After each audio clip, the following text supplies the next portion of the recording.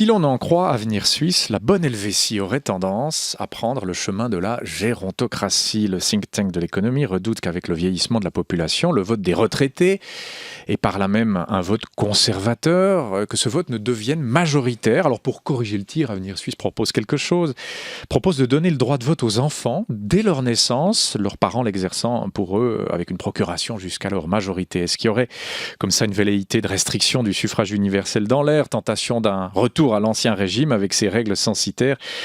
Pour en parler, mais aussi d'autres sujets comme le féminisme par exemple, le plaisir de recevoir l'ancienne conseillère nationale et ancienne députée au Grand Conseil, la vaudoise Anne-Catherine Ménétré, popiste à l'origine et donc écologiste ensuite. Bonjour madame. Mais bonjour. Merci d'être avec nous jusqu'à 8h. Anne-Catherine Ménétré, dont les éditions d'en bas vernissent aujourd'hui même le dernier né de vos ouvrages intitulé Transition. C'est un livre qui rassemble vos chroniques parues depuis 2011 dans le journal Le Courrier. Chroniques qui ont beaucoup porté sur les grandeurs et les faiblesses de la politique institutionnelle. On est au cœur du sujet là. Le risque de voir la Suisse, dont on sait qu'effectivement le nombre d'aînés se multiplie, le risque de voir la Suisse se transformer en une gérontocratie, c'est pas un très beau mot d'ailleurs. Est-ce que vous le voyez ce risque, vous? Non, pas du tout. Je trouve que cette idée est absurde de pondérer le vote d'une partie de la population. Pourquoi on mettrait à l'écart les personnes âgées, qui sont aussi bien de gauche que de droite? On pourrait aussi le faire pour les campagnes par rapport aux villes, faire des pondérations différentes, où les riches et les pauvres, ça a existé autrefois, seuls les riches avaient le droit de vote. Et puis pourquoi pas écarter du vote les femmes, on a l'habitude aussi de ça. Ah bah, c'était le cas jusqu'en 1971. Exactement, donc voilà, cette idée, elle est en fait passéiste, c'est-à-dire de faire une espèce de vote censitaire. On s'attaque au suffrage universel, là, à Avenir Suisse, par cette proposition un peu décoiffante. Oui, absolument. En plus, l'idée de faire voter les enfants par l'intermédiaire de leurs parents, mais pas de leurs grands-parents, attention. Il faudrait savoir aussi quelle est l'opinion politique des parents, quel est leur poids dans les prises de décision démocratiques. Non, vraiment, cette idée me paraît absurde. On parle des retraités comme d'un groupe homogène. Au fond, il ne l'est pas. Qui sont les retraités en Suisse aujourd'hui? Il y a tout le monde, vous l'avez dit, il y a des gens de gauche, il y a des gens de droite, c'est tout sauf un groupe homogène.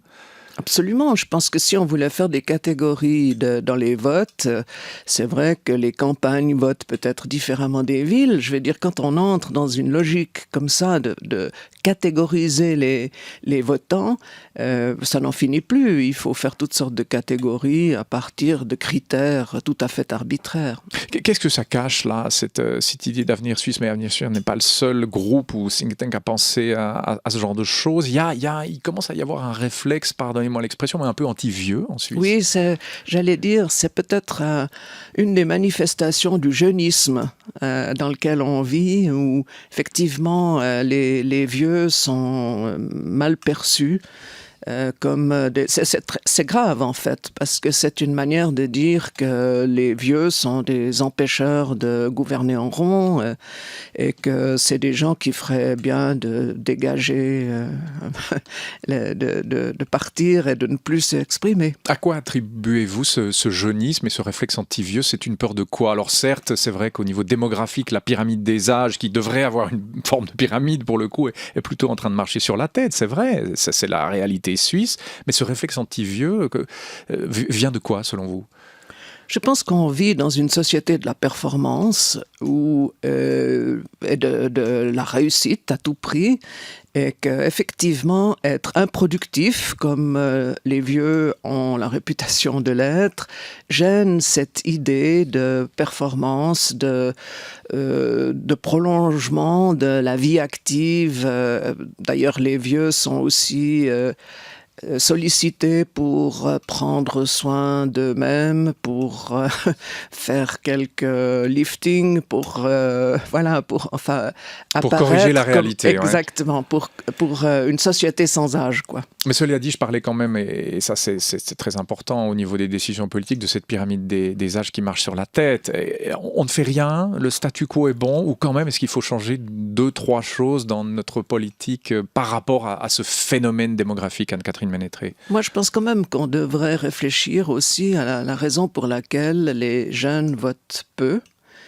On en a beaucoup parlé à propos de la votation du 9 février 1914 sur l'immigration de masse, Oui. parce qu'il y a eu des conséquences, par exemple pour les étudiants, et on s'est aperçu à cette occasion que les étudiants avaient pratiquement pas voté. Et donc voilà, c'est le problème, il est là. Pourquoi est-ce qu'il y a une désaffection de la démocratie ou pourquoi est-ce que les jeunes considèrent que le vote n'est pas leur manière de s'engager en politique et que ça sert à rien? C'est là qu'il y a un problème. C'est peut-être tout le phénomène dont on est en train de parler, cette émergence de la société civile, ces politiques ou ces hommes et femmes politiques qui ne correspondent plus aux réalités concrètes qu'attendent une partie de la population, notamment les jeunes. On voit ça beaucoup en France.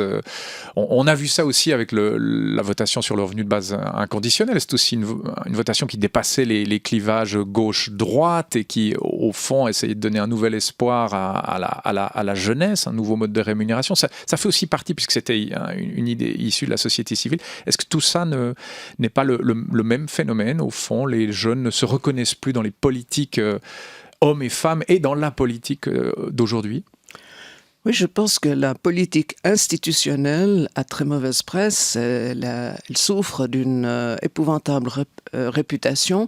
Les politiciens sont généralement perçus comme des personnages cupides, intéressés, ou alors incompétents, paresseux, enfin, etc.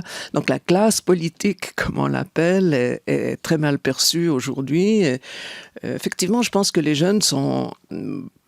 Enfin, j'en sais rien, je veux dire, c'est une hypothèse. Ils sont plus intéressés par l'action, l'engagement sur le terrain, effectivement, dans le cadre de la société civile. Si c'était à refaire, si vous deviez reparcourir votre carrière politique, vous referiez la même chose au sein de partis, POP, Parti des Verts, ou est-ce que vous iriez plutôt militer du côté de la société civile? Parce que vous avez aussi travaillé à l'ISPA, Institut Suisse de Prévention de l'Alcoolisme et autres toxicomanies. Vous avez été très actif aussi dans le secteur de la santé. Qu'est-ce qu'il faudrait faire maintenant? Qu'est-ce que vous diriez à un jeune qui veut s'engager? Va dans un parti ou plutôt va dans une association? Il faut les deux. Et je pense aussi que les politiciens institutionnels ou les élus feraient bien d'être aussi présents dans les associations, dans les groupes qui travaillent sur le terrain. Je crois qu'il faut les deux. Personnellement, je continue à penser qu'un parti politique, il donne une clé de lecture globale par rapport à la société, et l'organisation de la société, et que c'est indispensable d'avoir cette perception large du monde, et pas seulement sectorielle comme le font certaines associations, mais en même temps, il faut être présent là où la population se manifeste, que ce soit dans la rue, dans les marchés, dans les groupes, dans les associations, auprès des migrants, enfin voilà, dans tous les groupes engagés. Quand vous voyez ce qui se passe en France avec le mouvement Nuit debout, sur les places des grandes villes françaises, est-ce que ça vous inspire, ça, ce genre de choses? Est-ce que vous iriez jusqu'à rejoindre ce mouvement si vous aviez 25 ans, que vous étiez française, par exemple? Il y a eu quelques soubresauts dans d'autres pays aussi. Tout ça vous inspire? Oui, je pense que c'est la force vive de la nation, si j'ose dire, la force vive de la société qui s'exprime comme ça. Je crois d'ailleurs que des mouvements comme Podemos, qui est vraiment aujourd'hui au centre, c'est un parti, voilà, oui, mais qui est parti aussi comme un groupe d'indignés, ou Nuit debout. Je crois que les gens qui sont sur la place de la République avec Nuit debout sont assez lucides pour comprendre qu'ils ne vont pas faire la révolution simplement en restant là. C'est un lieu d'expression, c'est un lieu de discours, de parole, de prise de position. Ce n'est pas forcément un lieu pour changer la société, donc il faut une autre structure. Je crois que ces liens, si vous voulez, verticaux qui vont de la population et des gens engagés jusqu'à des partis politiques et évidemment dans la politique institutionnelle, c'est nécessaire. Il faut du vertical et puis un peu d'horizontal aussi. Beaucoup d'horizontal. Beaucoup d'horizontal. Beaucoup de vertical et aussi un peu d'horizontal. Voilà, c'est dans cette proportion-là, voilà. Anne-Catherine Ménétré. Autre gros sujet politique, au début de ce mois, le peuple et les cantons ont donc massivement accepté la nouvelle loi sur l'asile. Gros sujet, c'est une nouvelle loi, notamment soutenue par les Verts, votre parti. Vous, qui êtes donc une ancienne popiste devenue écologiste, vous estimiez que cette réforme était un leurre. Ce soutien de votre formation, ce soutien de la part des Verts, cette nouvelle loi sur l'asile, ça vous a fait mal, en quelques mots? Écoutez, j'ai participé aux discussions à l'intérieur du groupe des Verts dans le canton de Vaud.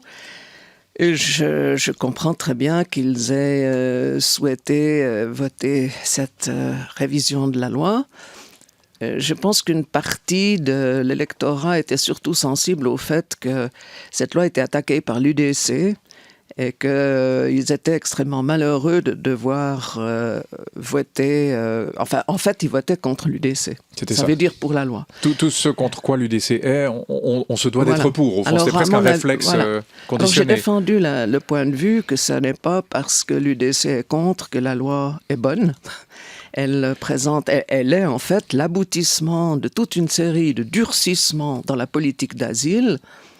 Et c'est des durcissements d'ailleurs que l'UDC a voulu. C'est une loi UDC d'une certaine manière. Oui, mais c'est une loi qui veut aussi corriger certaines choses, notamment les procédures plus rapides. Ça, c'est un bienfait quand même, non?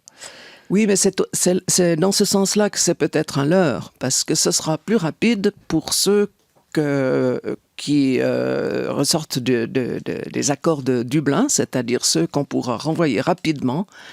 Ce sera plus rapide pour des cas extrêmement clairs, mais déjà maintenant, les requérants d'asile qui viennent de Syrie ou d'Afghanistan ou d'Irak ou d'Érythrée, on les met de côté, on les traitera plus tard. Donc, et puis en même temps, quand même, 40% ou 50% des requérants seront des cas traités par les cantons dans une procédure plus longue.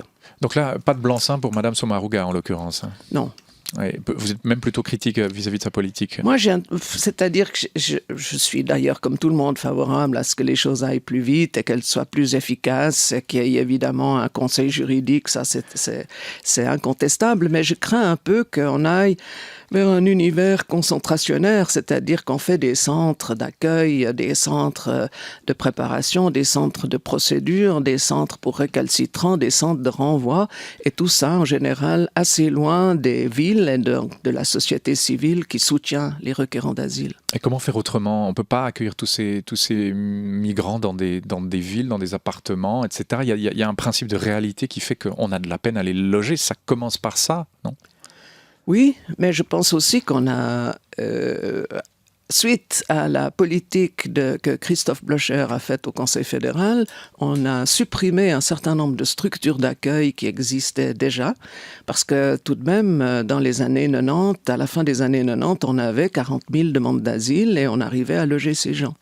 On avait un invité il y a quelques jours sur cette antenne, François Gemène, qui est spécialiste des flux migratoires, lui dit de toute façon il faut ouvrir totalement les frontières. C'est comme l'eau, au fond le flux migratoire est comme un flux aquatique qui se défie des obstacles. L'eau poursuit sa route, et donc le principe de réalité c'est ça, ouvrir complètement les frontières. Est-ce qu'il faut aller jusque-là, Anne-Catherine Ménétré? Je dirais pas ça, je dirais qu'il faut surtout prévoir des filières légales, des voies légales pour arriver jusqu'ici. Je crois que c'est juste qu'il y ait une loi sur l'asile et qu'on ait une politique d'asile. Il ne s'agit pas d'accueillir à bras ouverts tout le monde. Ça, c'est juste. Mais en tout cas, c'est évident que les gens parviendront jusqu'ici au péril de leur vie, après des tribulations incroyables sur leur parcours. Et ceux qui arrivent ici doivent être traités mieux que par une simple lettre leur disant que non, il faut qu'ils repartent et qu'on les renvoie.